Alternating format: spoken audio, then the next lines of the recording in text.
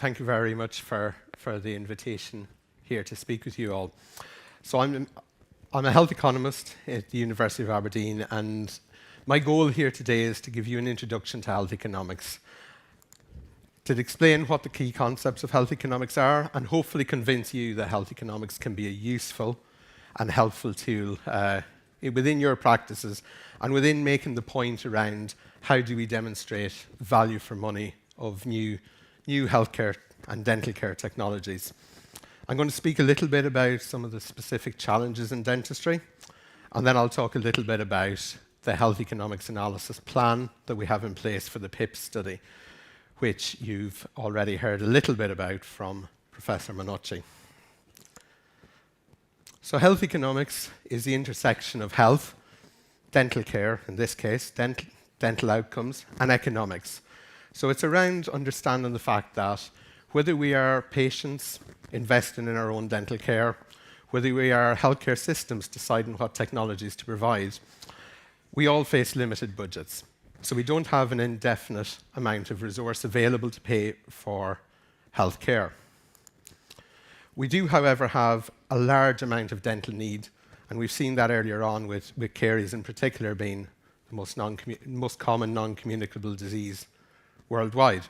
So we have this problem of almost unlimited dental need, but very strictly controlled budgets.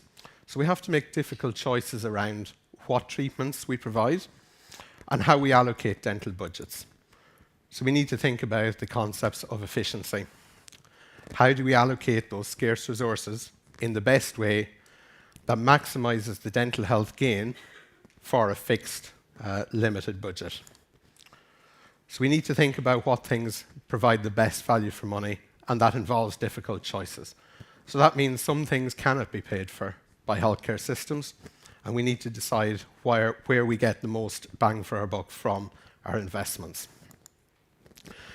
So healthcare decision making is around, should we implement a new technology? And I'm going to speak a little bit about how economics and health economics can help you make those decisions and help you identify the evidence that you need to inform people who make funding decisions. First of all, we need to know if things work. Clinical trials, clinical trial evidence, probably not very controversial. We need to know if patients value the interventions, the treatments, the health technologies that are being considered. It's all very fine for something to work, but if patients don't want it, don't want to accept it, then it's not very much use. So we have to understand patient preferences. We can do that in many different ways. I'm going to speak about discrete choice experiments, which are an economic way of understanding some of the issues around patient preference. And we're going to talk about value for money, cost effectiveness. We need all of these things to make optimal resource allocation decisions. We need to understand all those components to get good use for money from healthcare budgets. I'm not going to go through this slide in much detail. It's a summary of the different types of economic evaluations you can have. Key points here are that, well, obviously we measure costs in terms of monetary values, and there are different ways we can measure outcomes. We could measure them as cases of caries avoided, cases of tooth loss avoided. That would be a cost effectiveness analysis. We could use quality of life or oral health specific quality of life. That would form a cost utility analysis. And the integration of monetary values to understand the weights and the amount of value that people place on different technologies can be integrated in a cost-benefit analysis. In dentistry, we have a particular problem. So Professor Manocci mentioned this earlier on around using questions such as the Euroqual 5-dimensional scale, which asks you about mobility, self-care, and so on. However, it does have the advantage of being consistent across the healthcare system. So you could, in theory, compare any allocation of resource using a QALY. That's great, fantastic, but the problem is it's not sensitive in dental care, and specifically not sensitive in caries. Two reasons. It has limited value for acute conditions. So for example, if you were to use a QALY, you would probably never pay for dental anesthesia. probably not something most people would value, or probably what people would value very highly. So we don't necessarily get outcomes that are aligned entirely with patient preferences. We can do that, though, through cost-benefit analysis. We're looking at willingness to pay, which is a direct valuation. So if we ask someone what's the maximum amount of money you're willing to pay for treatment A versus treatment B, we can understand how people value it. It's the very same as going to a shop. The other advantage of that is that we can incorporate multiple outcomes. So we're not reliant on one single outcome of care. We can get willingness to pay values for short-term pain. We can get them for long-term risk of tooth loss. And we can integrate all that together within one analysis. Of course, there's negatives with that as well. There's a generalizability issue. We couldn't, for example, compare treatment allocation of money for caries with periodontal disease. And of course, there's an issue with putting a monetary value on health. Discrete choice experiments. So first of all, what are they? They're a hypothetical survey. They value goods and services, and the value of those goods and services and treatments and health technologies is based on the value we put on its component parts. So take an example of deciding how we're going to get to the Septodont Global Pulp Summit. We might value different things when we're choosing our mode of travel, we're choosing our airline. We might value check-in service, entertainment available, legroom, food and drink, reclining chairs, and so on. The list could be endless. But we value each of those components individually, and we can sum them up to understand the value we place on the service as a whole. Of course, we don't consider ticket price for coming to this conference because thankfully, Septodont have paid for us all to be here. But the key point that we're making is that discrete choice experiments allow us to make trade-offs between different attributes of care, different component parts of a health technology, so as we can understand how people value the whole process. This is an example of what a discrete choice experiment looks like. You could compare two different packages of dental care. This is an example from one of the studies that was led by Professor Clarkson in Dundee. We compare two different packages of care for periodontal treatments, prevention, and the value of those different packages is dependent on what you get, perhaps who provides that, what your outcomes are clinically, what they are aesthetically. And you can combine all of those values together to get a total monetary value of willingness to pay. The next concept is decision modeling. So we need mathematical models which are designed to mimic the real world. Because if we run a clinical trial for caries prevention, for example, we might show differences in early stage caries, moderate caries within our trial. But that's not the whole story. We need to understand value over a full lifetime horizon. So, for example, what are the costs downstream? What are the costs of extractions avoided? Implants that people might have after an extraction. If we have effective, good value treatments up front, even although they're expensive, we need to understand the downstream value. And it's very unusual that we would capture all of that within a trial because it's just not plausible to run a trial for 20 years. So decision models can help us make that link between intermediate outcomes and final outcomes. They facilitate multiple treatment comparisons, so we can use evidence synthesis, systematic reviews of all the available evidence to understand what the most optimal pathway of care actually is. They're adaptable to different settings, so we could run a decision model for France, one for the UK, one for anywhere in the world. And importantly, we can quantify the remaining uncertainty, so we can understand better what we don't actually know in terms of longer-term outcomes. So here's a simple example. If we were to consider a question of cost-effectiveness of different approaches for caries prevention, key outcomes are, well, do we have caries or not? We might get that information from a trial. But we're also interested in treatment need. What treatments might people have? Do we keep people caries-free for longer? There might be a value of keeping people caries-free for 5 years compared to 3 years. That's a good outcome as well. So we need to include that within our models. And ultimately, we're interested in tooth loss. That's the final outcome that incurs the biggest, that's probably what patients want to avoid and incurs the substantial costs, both in terms of the initial tooth loss extraction, but in terms of downstream as well. So some examples of economic evaluations of prevention and treatment for caries that I've been involved in, led by Professor Clarkson in Dundee. Let's say we're starting off considering people at risk of dental caries. We might be interested in what treatments do we provide. Do we provide high-dose fluoride toothpaste as a preventative measure? And how do we understand the value of that prevention?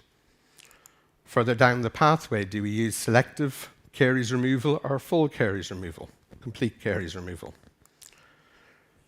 Further down the pathway again, are we interested in pulpotomy or root canal treatments? So all of these are questions, individual questions along a complete pathway of care for a patient with caries. We're using methods like decision modelling to map the future, map what it means if we can prevent caries now into the need for these treatments. Hopefully we never get to the point where we have to do the PIP study because we've had very good prevention up front. Probably unlikely in reality, but we can use decision modelling to map that process. Obviously, we need clinical effectiveness evidence, which treatments work best. We can use discrete choice experiments to understand how patients value treatment. We are interested in understanding the cost to healthcare systems. In the UK setting, that's the NHS, but also to patients, their families, society as a whole. People take a lot of time off work managing caries, going for treatment, and dealing with dental pain. And there's also an increase in interest in sustainability, and by that I mean environmental sustainability of the treatments that we use. So we can synthesize all of this within an economic evaluation. So for the PIP study, we're considering adults with premolars or molar teeth who have signs of irreversible pulpitis. Should we use pulpotomy or root canal? And within this setting, we're considering costs. Upfront costs of the intervention delivery, which of course will involve biodentin.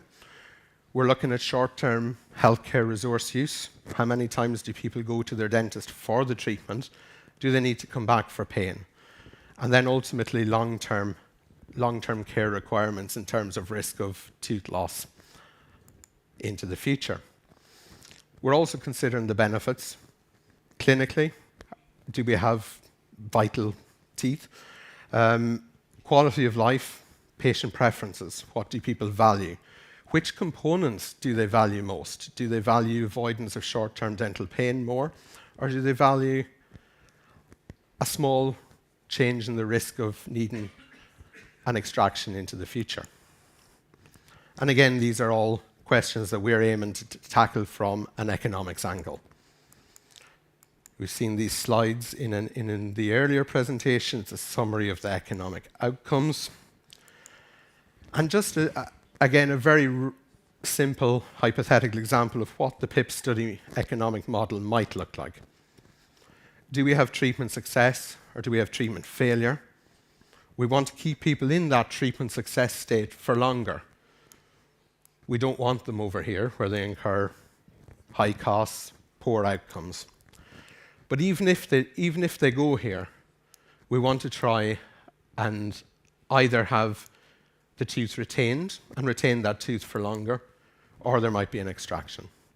So we want to map that whole pathway of care and at each point understand patients' values, quality of life, and cost.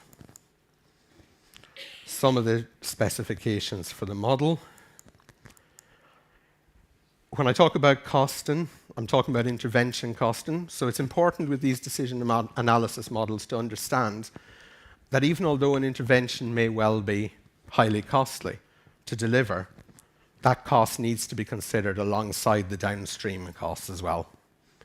the downstream cost savings that might be avoided from, as I say, complex root canal treatments, complex extractions, hospital care, and so on. We're looking at treatment costs up to 1 year from the trial, and we're also going to model them into the future. We're going to try and understand the pathway of disease as a whole, and we're going to use data from the trial to help us do that, as well as from external registries. The treatment benefit will come from the trial, and that will be modelled forward.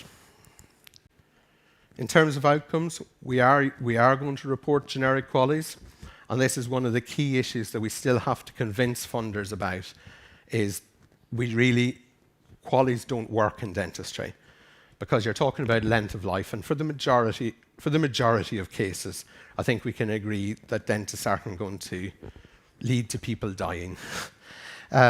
But we do still have to do this.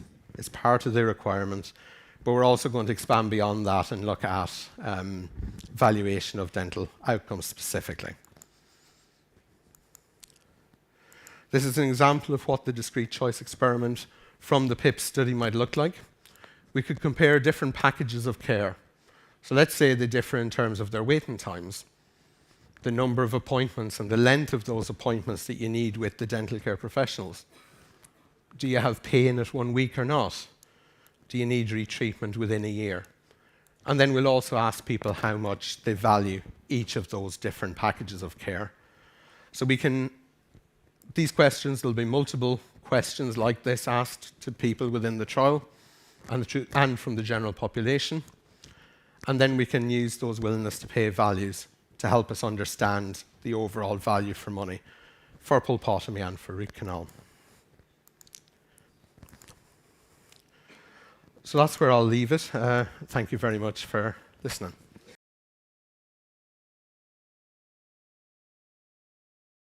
This is now the economy session, economics. There are no images of teeth involved. So I'm sorry for that, and it will continue like this. So this is now a little bit of hard work for you after the coffee break. I think Kerstin will probably deliver some more. Okay. There will be some more images of teeth and pulps later on, because someone said the pulp looks sexy. We can't deliver that, I'm sorry. So what I will do, I will take up the ball where Dwayne just left it, and I will talk about a little bit more the specific data we have in particularly endodontics on health economy. And you will see that, unfortunately, there is not too much, and this is also where I will begin. So I will introduce what do we have. I will then go into some of the details, vital pulp therapy, saving the pulp, saving the tooth. Is it really worth it? There are probably not too many implantologists in the room, but they may differ and see the things different. And at the end, I will also slightly go into one topic where it becomes a bit more relevant for your practices, because at the end, a dental practice is an economic entity, and maybe looking a little bit at what we do from an economic perspective is also interesting to you. I would just skip this because I explained it already and jump right into it. Most of you will be endodontists, and you will perform root canals every day, I assume, most of you. And we see, when we look at the numbers, 15 million root canals done every year. This is a lot.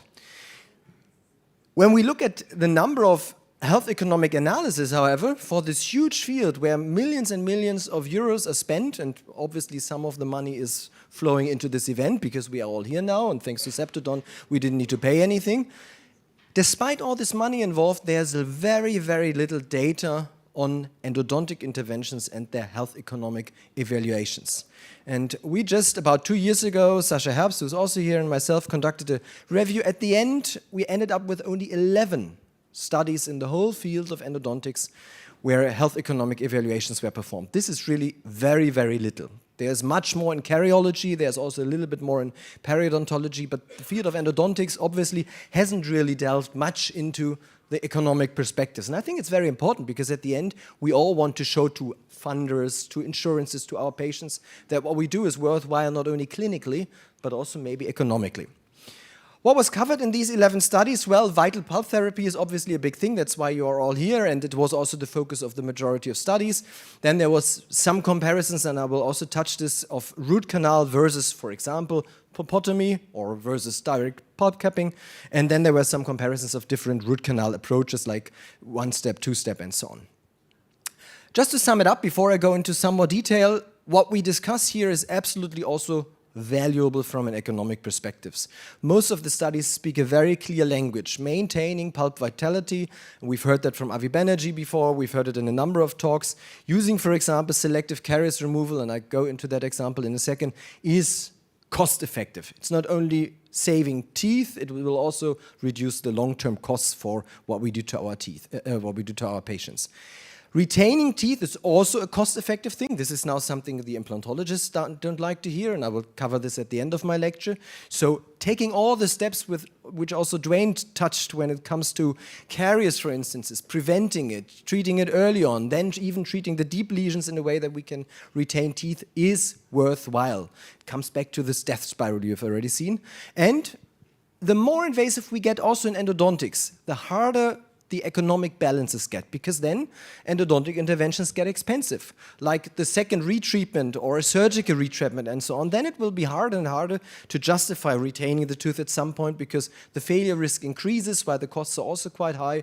And then at some point it can easily tilt that, for example, using an implant is maybe the more cost-effective choice long-term. We have a number of the different types of studies we see in endodontics. We have cost of disease analysis. Most of the studies were cost effectiveness studies, where, for example, the outcome was how long do we maintain pulp vitality, how long is the tooth retained in the mouth. These are typical effectiveness measures. There's not much for all of the other stuff we've heard. There's not much with regards to cost utility, because it's hard to measure it. As we heard, qualis, they don't really work. Even stuff like OHIP, you mentioned that, is in some cases very, very hard to apply, because what we do with our patients not necessarily impacts their general quality of life. We just saw this in a big trial which we published in care homes, where we went into care homes, we remotivated the nursing staff, for instances, and everybody was very happy. The patients were happy, the nurses were happy, the dentists were happy, but the oral health quality related quality of life didn't change a bit. So it's very hard to measure our effectiveness outcomes or our utility outcomes. And the majority of the studies in the endodontic field also looked at all these analyses from a payer's perspective. So what does it cost, for instance, the insurances if it's an insured system, or the patient if it's fully private. Coming to the topic which I was given, saving teeth, is it worth it, in some more detail? Well, I want to go through 3-4 examples with you from the literature. What does the evidence say? Is it worth it? Yes or no? This is quite an old study by now, I have to say. We published it nearly 12 years ago, and it was one of the studies where we focused a lot, and some of you may know this, that before I did a lot in AI over the last years, I focused a lot on deep caries management, where we tried to assess which options do we have for managing deep caries in vital teeth, so not irreversible pulpitis, in vital teeth, and how does this boil down at the end towards patients' preferences, towards the economic implications, and so on. What we used here was a modeling approach, and this was already mentioned. These models, they have, well, a number of limitations, obviously, but they also have a number of advantages, because what we can do is we can take data from different trials, like the ones we've just seen, and we can stitch them together to generate sequences of events which we could never, ever reflect in clinical trials. And you can see the model we used here. We started with a deep caries lesion, vital pulp. You can do, in this study here, we at this point still termed it complete removal, so non-selective removal, or you could do incomplete removal. Please don't call it like this, call it selective removal, but at this point we didn't have the terminology yet. And resulting from that, there was a certain risk, based on the evidence, of exposing the pulp. For the exposed pulp, we then tested either direct capping in this model or root canal treatment, and then you can see that stuff happened. You placed a composite, the composite could fail, the root canal treatment could fail, the direct pulp capping could fail, and even if there was no pulp exposure, there was a certain risk of complications. That at the end led to certain reinterventions, even up to the point in the model where teeth were lost and replaced using, for instance, implants and implant-retained crowns.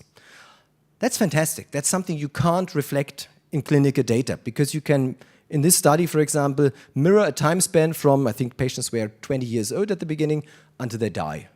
So we can look over 40, 50, 60, 70 years. Of course, what we have to admit, the longer we do that, the more uncertainty we have. That's logical because we add uncertainty at every node of these models, because every evidence point, every data we use has uncertainty, and the more we put into these models, the more uncertainty we have, of course. You can see these data which we used, failure rates, risk ratios, whatever, to populate the model and to allow the teeth to move through it. And these are the results. These are the results. They're usually shown in such a cost effectiveness plane where you have the effectiveness on the x-axis. In this case, it's tooth retention over time, and the costs for doing that on the y-axis. Ideally, you want to now be on the right and at the bottom, of course, then you're cheap and very effective. And what we can clearly see here is that the one step incomplete, selective removal now, the selective removal was exactly that. It was less costly, significantly less costly, and also much more effective in retaining both pulp vitality and the tooth itself. And you can also see this in the table here. The differences were quite dramatic, especially when it came to the cost. And that was mainly because we were able to avoid direct pulp capping or root canal treatment, all the sequels which we discussed today. So in this case, the economic analysis is a very nice reflection of this death spiral which you've seen before, because we can avoid even entering it and thereby generating all these treatments, which is all fine. This is where we live from these treatments. But these models clearly show that having different levels of invasiveness right at the beginning has a big impact on the long-term cost effectiveness. And that is very nice, because by now, after a lot of other publications, more and more clinical data, we have these statements, and you've seen that before. This is the statement of the European Society of Endodontology, which clearly says selective caries tissue removal, this is something, as long as the pulp is still vital and there's a high chance, and this is diagnostically challenging, of course, but there's a high chance that it will manage every procedure, we should try and do it. We should not, sorry for Professor Monocchi who showed the nice clean dent in there, we should not try and expose the pulp and clean it up fully, at least not according to the statement. Of course, but you can now say, okay, in my setting I use CBCT, I use different procedures under the rubber dam, and I use, I don't know, biodentine or MTA, but this is not necessarily what we have in everyday setting. And so for a normal everyday setting, as a base case intervention, I would call it, in this case selective removal was at least the better choice from a health economic perspective. What we then did is we said, okay, now that's fine. There are more things which we are empirically driven deciding without really knowing what's the cost effectiveness or the health and economic perspective on this. So this is a second study where we also had deep caries, but in this case we focused specifically on the decision, should we, once opening up the pulp, do direct pulp cupping or root canal treatment. Pulpotomy, this is now more than, or roughly 10 years ago, pulpotomy, we didn't have much data and it wasn't as heavily discussed as it is today. I will show you a study, very recent study on pulpotomy in a second. So these were our two choices.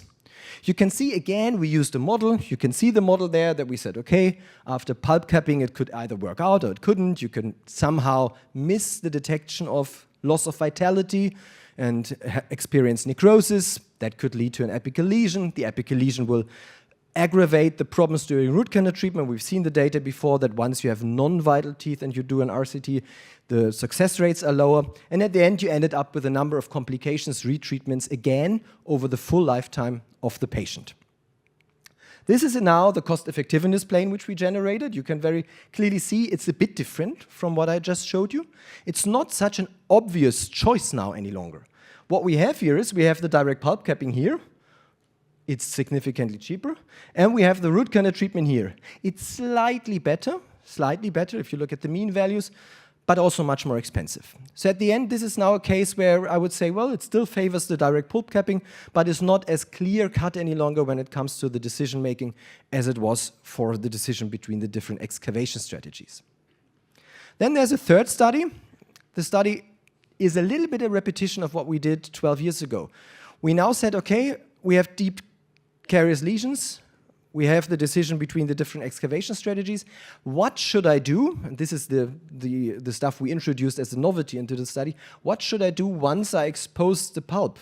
Because this will happen. It's more likely when you do non-selective versus selective. But what do I do? Do I really do direct pulp capping with calcium hydroxide? Do I do direct pulp capping with, at this point, we used MTA? And you can see that, of course, this early decision for what should I do when the pulp is exposed leads to cost differences. And this is now one of the cases where Drain already talked about. It is certain that using MTA for direct pulp cupping will make this initially more expensive. And the question is, can we and should we afford this? Is it nevertheless maybe in the long run cost effective because we save costs later on for complications for retreatments? And using a model, we could show exactly that. We could show that using MTA, this is the green stuff here in this case, combined with selective carious tissue removal, so not exposing the pulp, and if you do expose the pulp, please place MTA, that this is not only the most effective choice in this case, it was also the less costly choice. So these 30 or 40 euros more for using a different material initially were well invested because in the long run, you're saving all the retreatments and the associated costs generated from them. And this is the last study I briefly wanted to show you. This is a more recent data, as I already said, where people looked, again, using a model at the decision which we have discussed here in the room quite a lot today, root canal treatment versus pulpotomy, in this case, for teeth with irreversible pulpitis. And what is expected, but now we are really getting into a decision problem, the pulpotomy was cheaper, using different data sources, but of course, initially the pulpotomy was cheaper. They, for example, had these values here for the US. They did it from a US perspective. But what they also showed is that the root canal treatment was better. So now there's exactly this trade-off which we already heard about. What are we willing to pay to retain teeth longer? What is the additional money we want to invest to be more successful? And this is something we, in these studies, reflect using these curves, the so-called willingness to pay analysis, where we plot on the x-axis the money you are all willing, or our patients are willing to invest in one additional year of retaining teeth.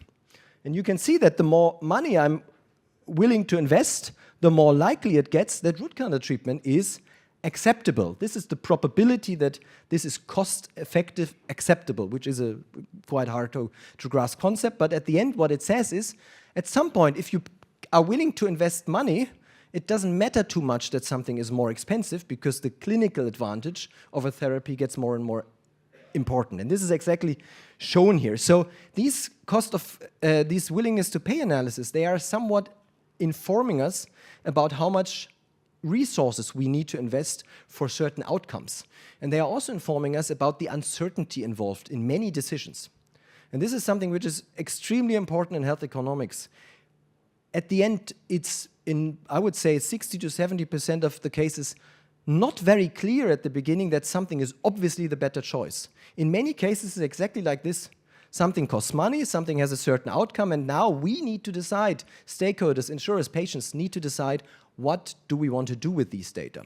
So most of these analyses are rather informing us about the uncertainty involved and about the trade-offs between clinical effectiveness and costs, and they don't help us with the decisions themselves. That's still something we need to do, our patients need to do, or insurers need to do. Now I want to very briefly in the last minutes, and this is blinking like crazy here already, although I still have 3 minutes, I think, or 2.5. Now I would very briefly touch something which Septodont has developed, which they invite you also to approach them. It's something where you do an economic analysis, in this case, of different ways of managing deep caries for your practice. And I just want to briefly showcase how this could work. And this is not a Markov model, so it's not overly complex, it's Excel. So we can understand what's happening in this model. It's still a model, it's not too advanced though. What you have here is you have the costs for materials and the time involved when managing a deep caries lesions. For example, in this case, the first treatment intervention is this biobulk fill, which we heard about today with biodentin. There are certain material costs, there are certain times involved, so at the end there's a certain investment of resources. Now what Septodont did in that table here is they also have other alternatives, like for example the sandwich technique, which we've also seen with different materials, or even the root canal treatment, or even the solution which I mentioned already, extracting the tooth and placing an implant. So it's more on the side of the implantologist again. So again, different resources, massively different resources invested in these different treatments. And what you can do at the end then is, you can take that for your practice and calculate how much should I charge for my patients, how much benefit does my practice and my patient have from different interventions? And for the first time, and that's also why Septodon is interested in this, for the first time you get an informed way of understanding the true different economics of these treatments. And what we played around with this a little bit up front. What was quite interesting is that in various scenarios, the quite, you could say, more expensive biodentin, because there's a price tag to the biodentin, the more expensive biodentin was a good choice from also the economics of the individual practice. We've heard a lot about it being a good choice for our patients because it works. It's a material which is clearly evidence-based working, but it is also working when you organize it, when you tabularize the data for your practice. So let's try it out. We didn't put any price tags at the end or any resource investment at the end because it will heavily depend on the setting, on the costs involved, on the fee items for your certain country. But it's available, and I think Septodon is very happy if you want to approach them. I at least liked it because it's boiling down all this kind of theory to your individual economics in your practice. Now it stopped blinking. Now it's not red any longer. This is unfair. Now it's green again. This is okay. I'm done, so we have a little bit more time in case there are questions. Let me maybe conclude my brief introduction into this topic. What is very important is to understand all the stuff we are discussing today is not only clinically valid, it's also economically valid. This is something we also need to explain to funders of research, to insurances, and of course to our patients. The sentence here, endodontics need to prove its value. That's also important. For all the academics in the room, think about cost effectiveness studies. There are people who can do this. I think we are both happy if you approach us. I think we need to do more of that. Secondly, most of our analysis in dentistry, as always, but particularly in our field of dentistry, are limited when it comes to the certainty of data, the certainty of evidence, but that's fine. Nevertheless, we can at least make clear what kind of different factors in our decision-making play what kind of role. We can make considerate decisions and not only rely on our gut feeling. Vital pulp therapy can be economically worthwhile for your practice, and you can assess this on your own. And at the end, and this is why I'm so happy that you did this, you need health economic literacy. Otherwise, you don't understand these analyses. And I think they will become more important. Same as I do the same when I talk about AI. This will also become more important. And you need to understand these things. So thanks for inviting us to explain a little bit about this fringe topic of economists and economics. Thank you.